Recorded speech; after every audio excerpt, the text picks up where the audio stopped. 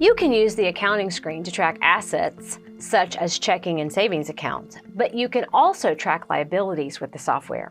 In this video, I'm going to show you how to set up a liability account, how to record the transactions, and how you can track them. Okay? The first thing you're going to want to do is go into the software. So you log in and you go to the accounting and budget screen.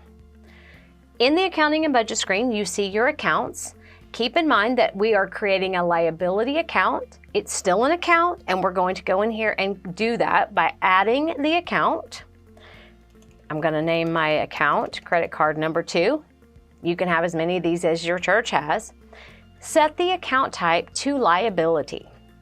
Okay, the beginning balance information you're going to get from your credit card statement. Okay, this is also going to have your ending date on it so that you can reference that in this as well. In this case, I have $516.23. Because this is a liability account, I do not need to enter this as a negative number. It's a liability. It will be negative by that virtue, okay? My beginning balance comes from my ending balance on my statement for my credit card. In this case, it's going to be October 30th, okay? My category is not going to be an income category. It's going to be an expense category. It just needs to be an expense. In this case, I'm going to make it office expenses with my general fund. This particular transaction is just a beginning balance transaction, and like with other accounts, we're going to edit it once we get this recorded. So create your account. Now you have your credit card number 2 account. Notice the negative here. To edit the beginning balance transaction, you're going to enter the account, double click on your beginning balance transaction. Again, you're going to see that this is a reconciled transaction. It can't be edited. Remember, your beginning balance transaction is the only transaction that you can edit and add information to, okay? In this case, we have our receipts that we have reference for, but we also have our credit card statement. And we know that this $516 liability includes several different line items of information. We did VBS t-shirts, okay? We're gonna call that $125. Remember, that's going to reduce my information in my beginning balance, so I'm gonna do some quick math here. Okay. We're going to, again, go in here and say we had, what other kind of expenses do we put on a credit card? Well, in this case, we actually paid the water bill. Maybe not a bad idea, right? We're just gonna, it was $100.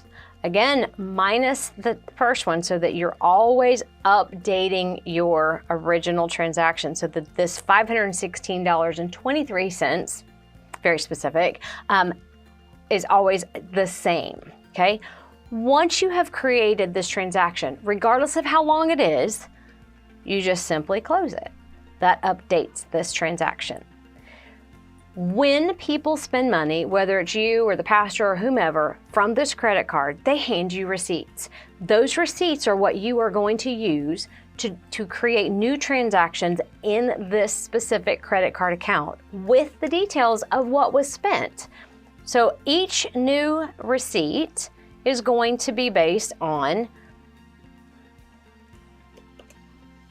a payee, or say Walmart, how about that? Okay. What you spent it on. I mean, it doesn't really matter what you spent, you know, how much, whatever, it's just, it's an expenditure. Okay. And you just keep recording until you're where you need to be. Again, these transactions are going to be taken from the actual physical receipts that you have, okay? Or you can take them off of your statement. The statement's going to be a little more challenging because you're not going to have the details on the statement that you have in those receipts though, okay?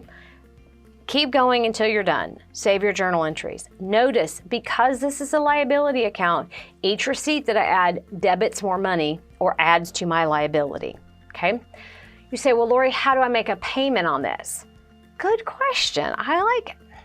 So to make the payment, you're going to go into the checking account.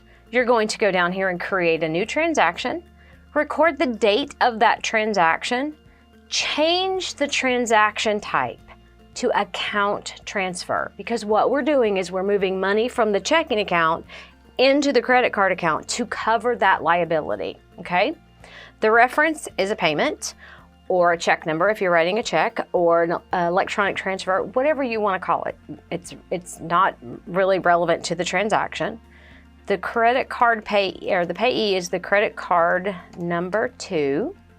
The transfer is always 2 because we're in the checking account, so we have to go somewhere else. Change it to credit card number 2 and enter the amount of your payment. In this case, we're just going to pay $400, okay? This comes out of our general fund. This is how we pay our bills, and we are going to save this transaction. Now, the beauty of a transfer is that I recorded a debit of $400 in my checking account because that's how I paid the credit card. When I go into the credit card account, I see a secondary entry that is a credit for that $400 that I paid. It reduces my liability, and that's how simple it is to record liabilities, okay? Now, for reporting purposes, there are reports in the program that will show you detailed category transaction reports, fund reports, that kind of thing. But keep in mind, categories and funds are not account specific.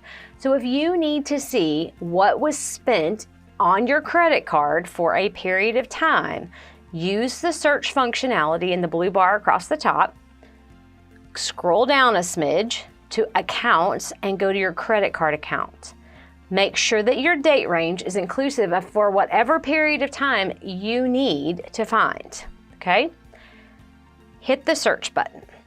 This is going to show us all of the transactions that occurred on this credit card during the period of time you set. This is also printable into a PDF report or exported to a CSV.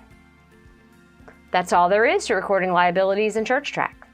So to learn more about accounting and other features, click the Help button to view our online user guide. It's filled with hundreds of articles, step-by-steps, and videos. We also post our entire library of videos and live streams on our YouTube channel. If you're on Facebook, be sure to check out our ChurchTrac users group. They're a great resource. Have a great day.